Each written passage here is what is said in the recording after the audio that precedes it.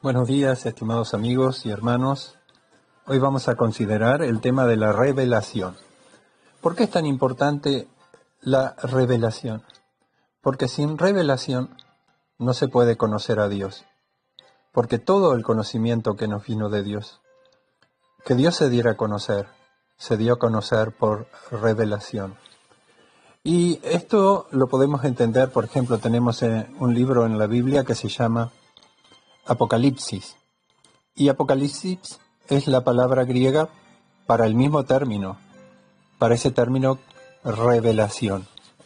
Y es interesante cómo comienza el libro de Apocalipsis, porque comienza diciendo la revelación de Jesucristo que Dios le dio para manifestar a sus siervos las cosas que deben suceder pronto, y las declaró enviándolas por medio de su ángel a su siervo Juan.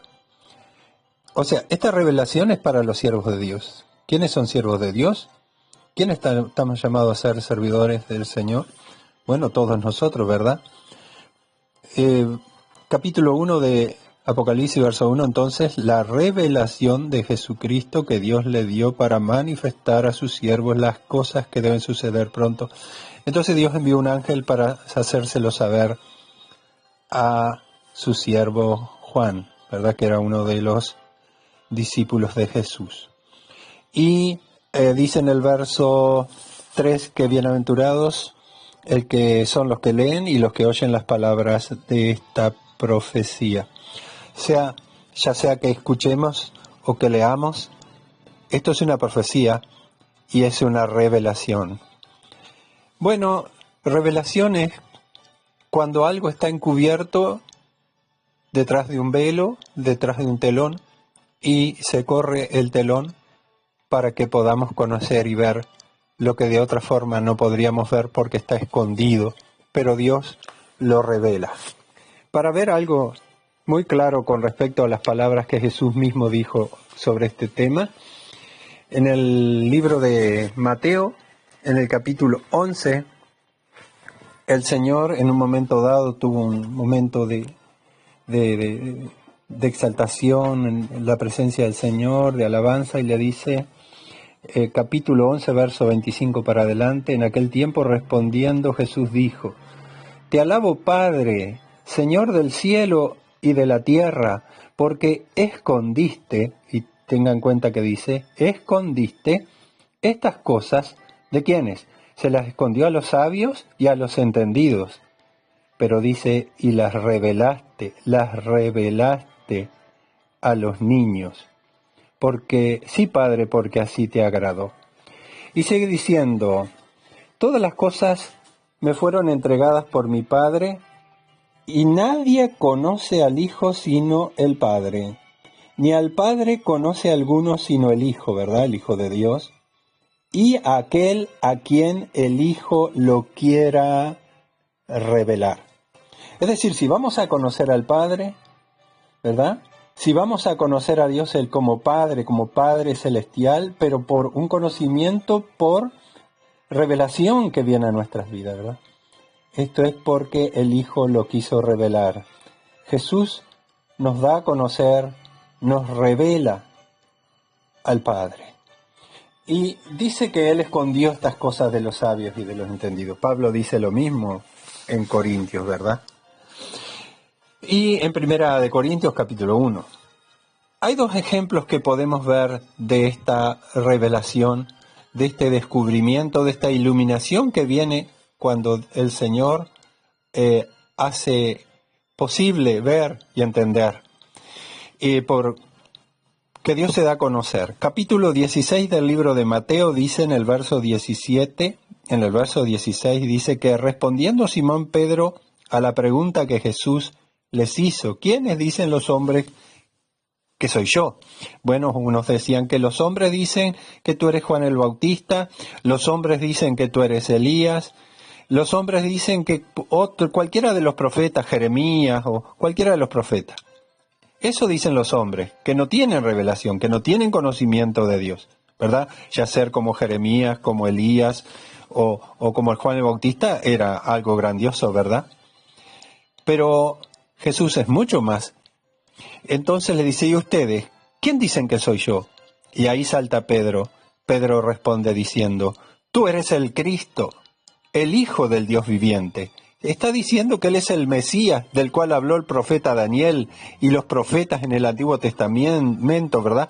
Isaías, Moisés, toda la Escritura señalaba a que iba a venir el Mesías, el Hijo de Dios, el Libertador, el Rey, el Señor. Y Pedro dice, tú eres ese, tú eres el Mesías, tú eres el ungido, tú eres el Hijo de Dios, del Dios viviente. Entonces, ¿qué le responde Jesús a esa declaración de Pedro? Le dice, bienaventurado eres Simón, hijo de Jonás, porque no te lo reveló carne ni sangre. Ningún ser humano te dio ese conocimiento, esa iluminación, esa revelación, sino mi Padre que está en los cielos.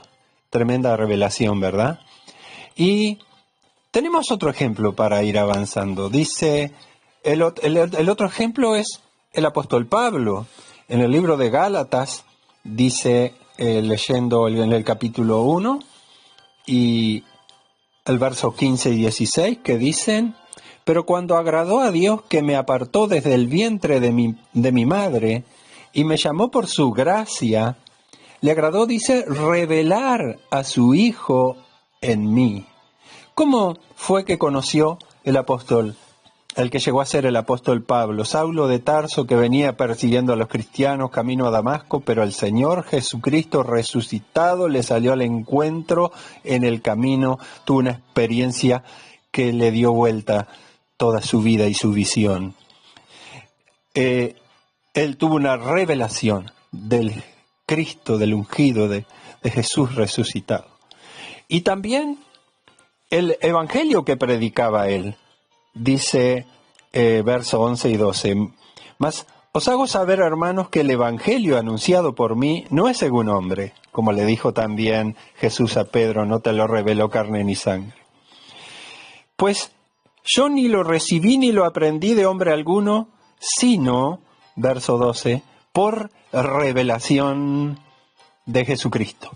Años más tarde, cuando él pasa unos días con Pedro en Jerusalén, ellos reconocen la gracia que le había sido dada al apóstol Pablo y le extienden la diestra en señal de compañerismo. Tremendo, ¿verdad? ¿Y qué pasa con nosotros? ¿Cómo nosotros llegamos a ese entendimiento también de las cosas de Dios? Y también por revelación, ¿verdad? Interesante lo que dice el apóstol Pablo en el capítulo 2 de Primera de Corintios y en el verso 6 para adelante. Hablándole a los cristianos dice, sin embargo, hablamos sabiduría entre los que han alcanzado madurez. Y sabiduría no de este siglo, ni de los príncipes de este siglo que perecen. Mas hablamos sabiduría de Dios en misterio, la sabiduría oculta para los hombres, para aquellos que no vienen a Él, ¿verdad? Para los que no tienen esa revelación y ese entendimiento. No pueden acceder a la sabiduría, para ellos es un misterio, ¿verdad? La cual Dios predestinó antes de los siglos para nuestra gloria, la que ninguno de los príncipes de este siglo conoció, porque si la hubieran conocido no habrían crucificado al Señor de gloria. Antes bien, como está escrito, cosa que ojo no vio ni oído oyó, cosas que ojo no vio ni oído oyó, de ningún mortal, ¿verdad? Ni han subido en corazón de hombre, en la imaginación siquiera. Son las que Dios ha preparado, ¿para quiénes? Para los que le aman.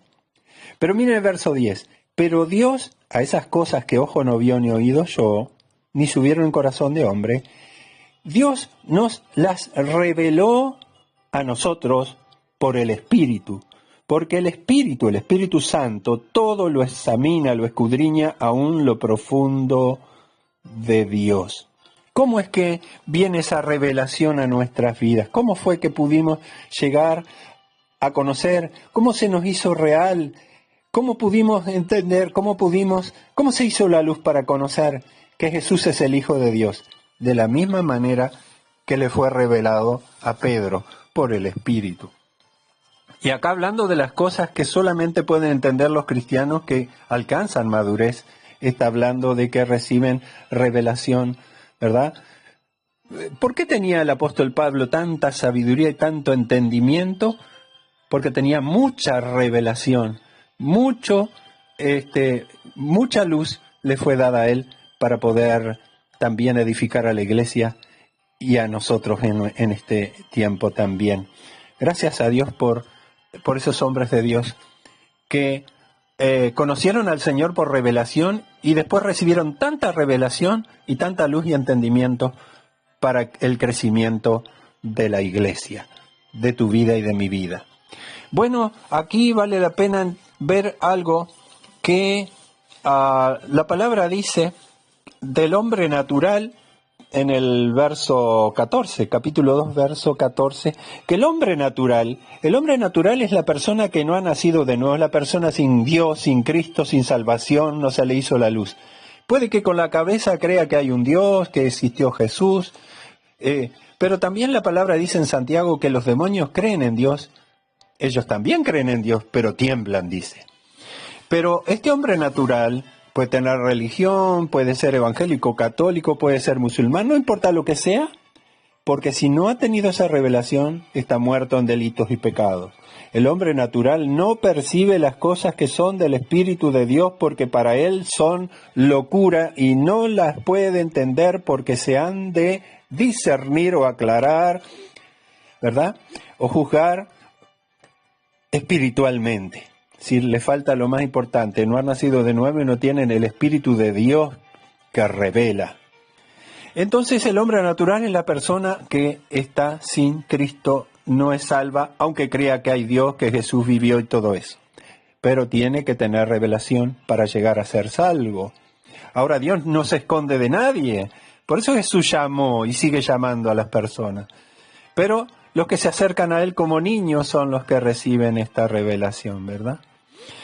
Pero después está el carnal, dice en el capítulo 3 de 1 Corintios, verso 1, de manera que hermanos, está hablando, allá son hermanos, estos son salvos, pero ¿cuál es el problema de ellos? No pude hablaros como a espirituales, como a gente madura, como a gente que discierne, como a gente que tiene revelación, que entiende las cosas de Dios, sino como a carnales, como a niños en Cristo. Así que el cristiano que no entiende mucho, que no tiene crecimiento, no tiene madurez, ¿verdad? Y su comportamiento es la de un niño, y necesita la lechita, está viviendo siempre a un plano, ¿verdad? Muchas veces quejándose, y bueno, en inmadurez. Que Dios nos ayude, ¿verdad? Para que no seamos ese tipo de cristiano. El cristiano carnal que no percibe, que no entiende, que no puede comer la comida sólida porque no la entiende ni la soporta. Por eso que es necesaria la revelación para poder ir adelante en madurez y en crecimiento. Y tenemos un último pasaje que quiero compartirles en esta breve y muy por arriba, a vuelo de pájaro, exposición de lo que es la revelación de Dios. Dice acá en la carta del apóstol Pablo a los Efesios en el capítulo 1 y verso 15 para adelante, él está orando por los hermanos, él está orando por la iglesia y esa oración también nos toca a nosotros, ¿verdad? Llega hasta nuestras vidas. Dice en el verso 15, por esta causa también yo, habiendo oído de vuestra fe en el Señor Jesús, ¿tenían fe? Sí tenían fe. Y de vuestro amor para con todos los santos. ¿Había amor entre los cristianos de Éfeso? Sí había amor, sí. Él dice, no ceso de dar gracias por vosotros, haciendo memoria de vosotros en mis oraciones. Él los tenía presente delante de Dios siempre en oración. Y una de las cosas que le pedía a Dios, por favor, Señor, ¿verdad?, para que el Dios de nuestro Señor Jesucristo, el Padre de gloria, él pedía que Dios les dé espíritu de sabiduría y de revelación en el conocimiento de Él. Necesitamos nosotros que por el Espíritu Santo se nos imparta sabiduría y revelación en el conocimiento del Señor, de sus planes, de su propósito, de su palabra, de todo lo que Él quiere que nosotros sepamos y que no ignoremos, que no seamos ignorantes de lo que Dios quiere que sepamos. Bueno, necesitamos ese espíritu de sabiduría y de revelación en el conocimiento de Él.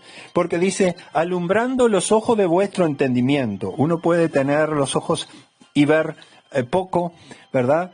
Y como sucede en la vida natural, ¿verdad? Uno puede ser corto de vista y ver las cosas como borrosas, como pasó con aquel hombre que fue traído, que era ciego, y Jesús le oró por él y le dice, ¿qué ves? Y bueno, veo a los hombres, pero los veo como árboles.